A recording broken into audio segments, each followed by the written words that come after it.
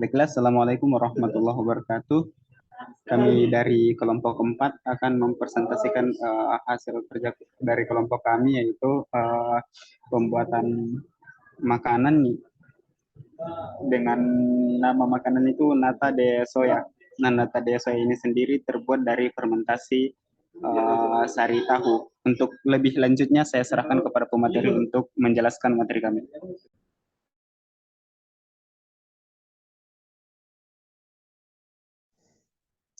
Baik, terima kasih atas kesempatannya. Saya Soimatu Fitriah. Baik, jadi dari ide bisnis yang kami kembangkan ini, yaitu pembuatan makanan fermentasi nata de soya berbahan dasar dari limbah sari tahu dengan menggunakan pewarna alami dari ekstrak sari bunga telang ungu. Jadi mengapa kami memilih bisnis ini? Karena kami memanfaatkan di sini dari limbah sari tahu yang sudah tidak bernilai, tetapi kami bisa membuat makanan berfermentasi, yaitu nata de coco, di mana nata de coco ini merupakan produk yang sudah sangat banyak dikenal masyarakat dan banyak industri yang menyukai produk ini karena banyak bisa digunakan untuk beragam makanan dan minuman. Kemudian manfaat dari nata de coco ini sendiri merupakan makanan yang kaya akan serat.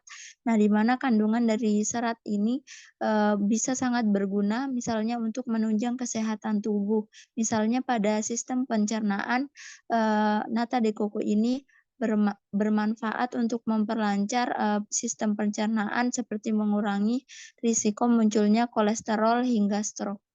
Mungkin itu saja dari saya serahkan ke pemateri selanjutnya. Baik, selanjutnya mengenai latar belakangnya. Adapun nata de soya ini merupakan suatu makanan fermentasi yang dibuat dengan bantuan bakteri Acetobacter psilinum yang bahan utamanya adalah limbah cair tahu. Sementara bunga telang atau Clitoria ternatea L ini merupakan bunga majemuk yang identik dengan warna ungu pada kelopaknya. Tanaman ini dijadikan masyarakat sebagai pewarna alami untuk makanan tradisional. Dalam pengolahan limbah tahu menjadi nata ini melibatkan bakteri Acetobacter psilinum yang memakai protein dan karbohidrat dalam limbah sebagai sumber energi untuk hidup dan berkembang biak. Dalam proses ini dihasilkan berupa lapisan padat seperti agar-agar di dekat permukaan cairan pemeliharaan. Nata de soya atau sari nata kedelai ini adalah sejenis makanan dalam bentuk nata, padat, putih, dan transparan, dan merupakan makanan penyegar dan pencuci mulut yang dapat dicampur dengan fruit cocktail, es krim, atau cukup ditambah sirup saja. Nata de soya ini terbentuk oleh bakteri Acetobacter psilinum yang merupakan bakteri asam asetat bersifat aerob pada suatu media cair yang dapat membentuk suatu lapisan yang dapat mencapai ketebalan beberapa sentimeter, kenyal, putih, dan lebih lembut dibandingkan dengan nata de coco. Adapun nata de soya ini memiliki kandungan serat yang tinggi, rendah kalori, serta sehingga dapat dikonsumsi dengan aman, karena nata de soya ini merupakan jenis dietary fiber yang dapat digunakan sebagai pilihan menu diet untuk penderita diabetes.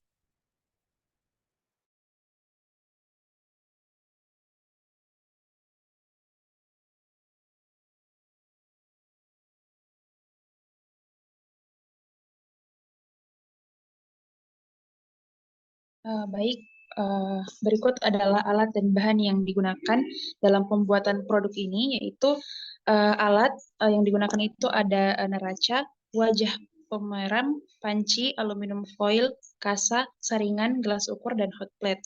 Adapun bahan-bahan yang digunakan pada produk yang akan kami buat yaitu limbar cair tahu, glukosa, zat aktif food grade, asam asetat, Acetobacter psilinum yang dimana ini adalah bakteri fermentasinya, bunga telang, dan madu serta air.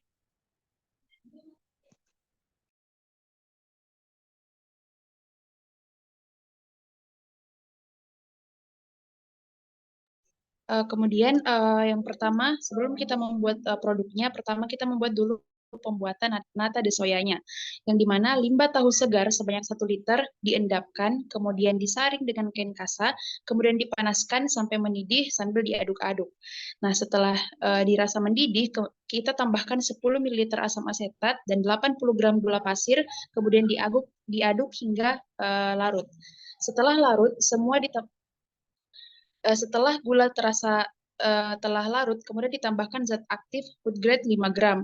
Kemudian media nata yang telah disiapkan tadi ditambahkan atau ditumbuhkan sebanyak 50 sampai 100 ml bibit. Kemudian kita pindahkan ke dalam wadah fermentasi dengan ketinggian media 4 cm. Kemudian wadah ditutup dengan aluminium foil.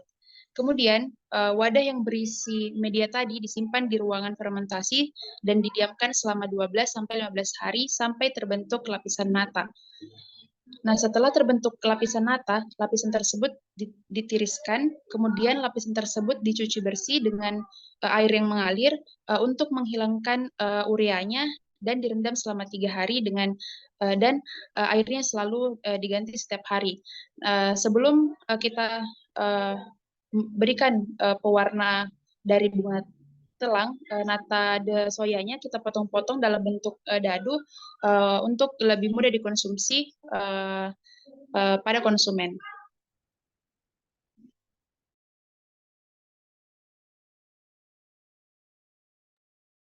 Baik, selanjutnya perkenalkan nama saya Siti Hajar dengan NIM N011211006. Jadi untuk penambahan warna dengan menggunakan bunga telang itu, adapun prosedur kerjanya yakni yang pertama bunga telangnya dicuci bersih, kemudian setelah itu dipanaskan hingga mendidih. Lalu masukkan bunga telangnya hingga mengeluarkan warna biru ataupun ungu. Kemudian dituang dan disaring ke dalam gelas, lalu ditunggu sampai airnya tidak terlalu panas dan ditambahkan madu. Kemudian dicampurkan nata de soya yang telah dibuat sebelumnya dan dimasukkan ke dalam kemasan yang telah disiapkan.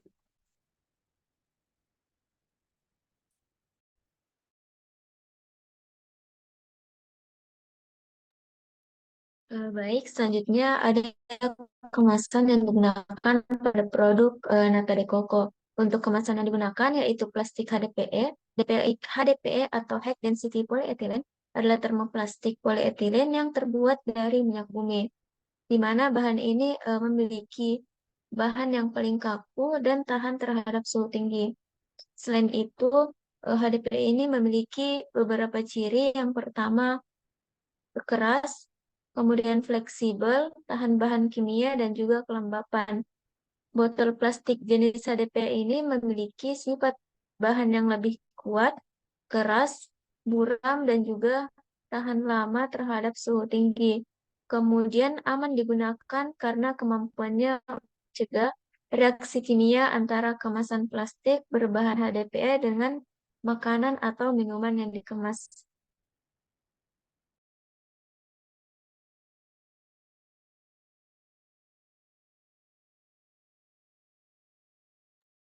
Baik, perkenalkan nama saya Nisa Skiri Miranda. Nah, di mana dari kemasan tadi, jika dibandingkan dengan plastik PP, di mana plastik HDP ini menghasilkan larutan nata de coco yang memiliki viskositas paling tinggi selama penyimpanan.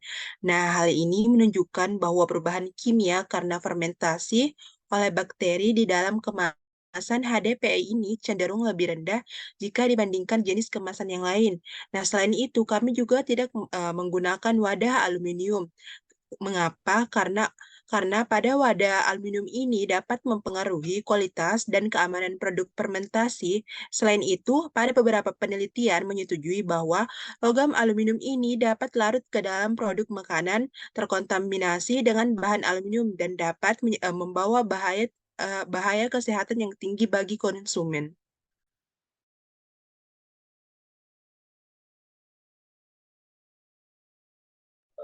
Nah, sebagai penutup dari bisnis sederhana ini, diharapkan dapat memberikan pengalaman tentang cara mencari peluang usaha dari berbagai cara. Bagaimana kita bekerja sama tim dalam memasarkan suatu produk yang kita rencanakan. Sekian dari kelompok kami, apabila banyak kekurangannya mohon dimaafkan. Saya tutup dengan ucapan wabillahi taufiq wal hidayah. Wassalamualaikum warahmatullahi wabarakatuh.